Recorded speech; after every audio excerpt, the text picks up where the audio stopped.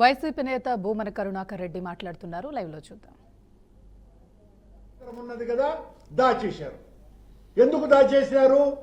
అవి బయటికి వస్తే ఆ రోజు ఇంకా ఎవరెవరు దొంగతనం చేశారో కూడా దొరుకుతాయి కాబట్టి. ఈ పెంచిలయ్య కాదు, ఇంకా ఎవరెవరు దొంగతనాలు చేశారో అవి కూడా బయటికి వస్తాయి కాబట్టి ఆ వీడియో ఫుటేజ్లు బయటికి తీసుకురావటం లేదు.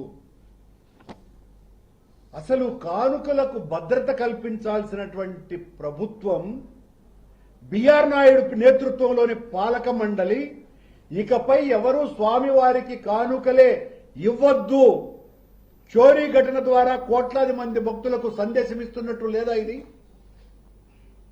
ఎంత దారుణమండి! ఇది ఎంత ఘోరం, అపచారం, అమానుషం, దైవద్రోహం, భక్త ద్రోహం, భాగవతావమానం, కలియుగ కల్మషం, ఏడుకొండలంత వేదన, ఎదనంతా నిండిపోయేటువంటి విషయం భక్తులకందరికీ కూడా. వరుస సంఘటనలు, పరకామణిలో కోట్ల రూపాయల దొంగతనం, స్వామివారి నెయ్యి నేలపాలు కావటం, భగవద్గీతను దూషించటం, దర్శనం కోసమని వచ్చి భక్తులు మరణించటం, గోమాతలు అకాల మరణం పొందటం,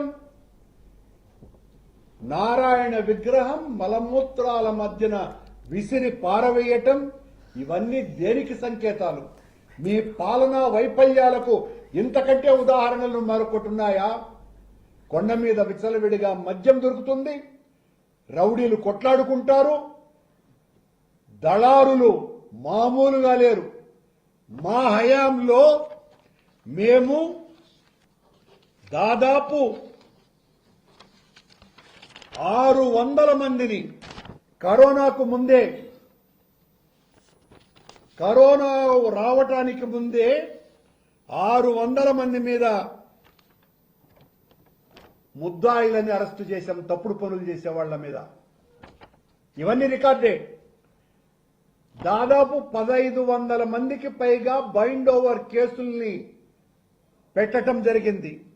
ఈ ప్రభుత్వం ఈ 2 సంవత్సరాలలో ఒక్కరిని కూడా బైండ్ ఓవర్ చేసుకోవాల, ఒక్క కేసు కూడా నమోదు చేయాల. కొండ మీద 300 రూపాయల టికెట్టు 3000 నుంచి 4000 రూపాయలకు రోజుకు 3000 టికెట్లు అమ్ముతున్నారు. బరి తెగించిపోయినారు కొండ మీద. బిఆర్ నాయుడు నేతృత్వంలో ఉన్నటువంటి పాలక మండలి సభ్యులు, ముఖ్యమైనటువంటి వాళ్ళు దీంట్లో భాగస్వాములుగా ఈ తతంగమంతా నడుస్తున్నది. మేము అధికారంలోకి వచ్చిన తర్వాత మేము ఆదాయాన్ని పెంచుకోవాలి కదా అని అంటే కొండ మీద టికెట్లు అమ్ముకోండి అని ప్రభుత్వమే వాళ్లకు దారాదత్తం చేసినట్టుగా 4300 రూపాయల టికెట్లని ఈ రకంగా అమ్ముతున్నారు. కూటమి ప్రభుత్వం వచ్చిన దగ్గర నుంచి అపచార పరంపర నిరంతరం అశేషంగా సాగుతూనే ఉంది. శ్రీవారి కొలువు దొంగలకు, కాముకులకు నిలయంగా మార్చివేశారు. అధ్యక్షుడే అంగనాలతో ఓలలాడుతూ ఉంటే కిందివారు చోరీలు, దొంగతనాలు చేయకుండా ఎలా ఉంటారు? పీఠాధిపతులు, మఠాధిపతులు, ఆలయ రక్షణ జీఎంగార్లు, భక్తులు ఇప్పుడు తప్పనిసరిగా ప్రశ్నించేటువంటి సమయం ఆసన్నమైంది. అన్యాయాన్ని అనంత కోటి గొంతుకలతో నినదించాలి. అష్టగ్రహ కూటమి ఏర్పడితే అన్ని అరిష్టాలు అంటారు పెద్దలు. ఈ త్రికూటమి పాలన వలన త్రిలింగ దేశం దైవానుగ్రహానికి లోనవుతుందని జనం భీతిల్లుతున్నారు. ఒకటి కాదు, 2 కాదు. ఈ రకంగా నిన్న పెంచలయ్య పరకామణిలో జరిగినటువంటి దొంగతనాన్ని సమర్థించుకోవటానికి టీటీడీ ఈ రోజున పడిన పాట్లు, చంద్రబాబు నియమించినటువంటి భక్తాగ్రేసుడైనటువంటి దాస్యుడు ఇప్పించినటువంటి ఆ ప్రకటన, అదేమన్నా కోట్ల రూపాయల దొంగతనమా? 5 రూపాయల దొంగతనం చేసిన టీటీడీలో ఉద్యోగస్తుడిని ఉద్యోగం నుంచి సస్పెండ్ చేస్తారు, జైలుకు పంపుతారు అవినీతి పరుణ్ణి. దాని మీద మీ వివరణ సిగ్గుచేటు. ఏం చెప్తారు?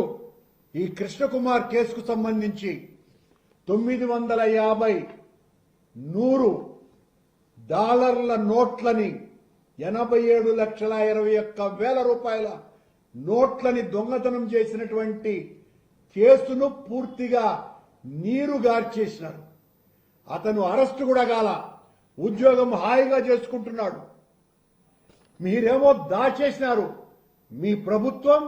మీ ప్రభుత్వాన్ని మోసేటువంటి తొత్తులైనటువంటి ప్రసార మాధ్యమాలు. దీనికి సంబంధించి విజిలెన్స్ రిపోర్ట్ వచ్చినా కూడా ఏ మాత్రం అతి గతి లేదు. హాయిగా ధైర్యంగా దొంగ కులాసాగా తిరుగుతున్నాడు. రవికుమార్కు సంబంధించి మాత్రం మా హయాంలో జరిగిందని మీ ఇష్టం వచ్చినట్టుగా దాని మీద సంవత్సరంన్నరకు పైగా మా మీద కథనాలు వడ్డిస్తూనే ఉన్నారు. రవికుమార్ చేసిన తప్పుకు ప్రాయశ్చిత్తంగా 100 కోట్ల రూపాయల విలువ చేసేటువంటి ఆస్తుల్ని తన కుటుంబ సభ్యుల చేత రాయించినాడు. ఈ పెంచిలయ్య ఆస్తులు రాయించుకున్నారా? టీటీడీ పెద్దలు రాయించుకోలా. అతని దగ్గర కొట్టేసి ఉంటారు. మిగతావి ఆస్తులన్నీ కూడా కాపలా కుక్కలు కొట్టేసి ఉంటాయి. కృష్ణకుమార్ 950 $100 నోట్లను కొట్టేస్తే ఆ కొట్టేసిన నోట్లను 950 విజిలెన్స్ రిపోర్టులు ఏమో 949, ఎఫ్ఐఆర్లు ఏమో 950. అక్కడ కూడా తేడా ఉంది. ఇందులో అంత డబ్బు కొట్టేస్తే ఆ డబ్బును మింగిందెవరు? 6,74,000 రూపాయలుగా మాత్రమే ఎలా చూపినారు? అతని మీద కేసు నమోదు చేసిన సుప్రీంకోర్టు వరకు వెళ్లగలిగేంత సమయం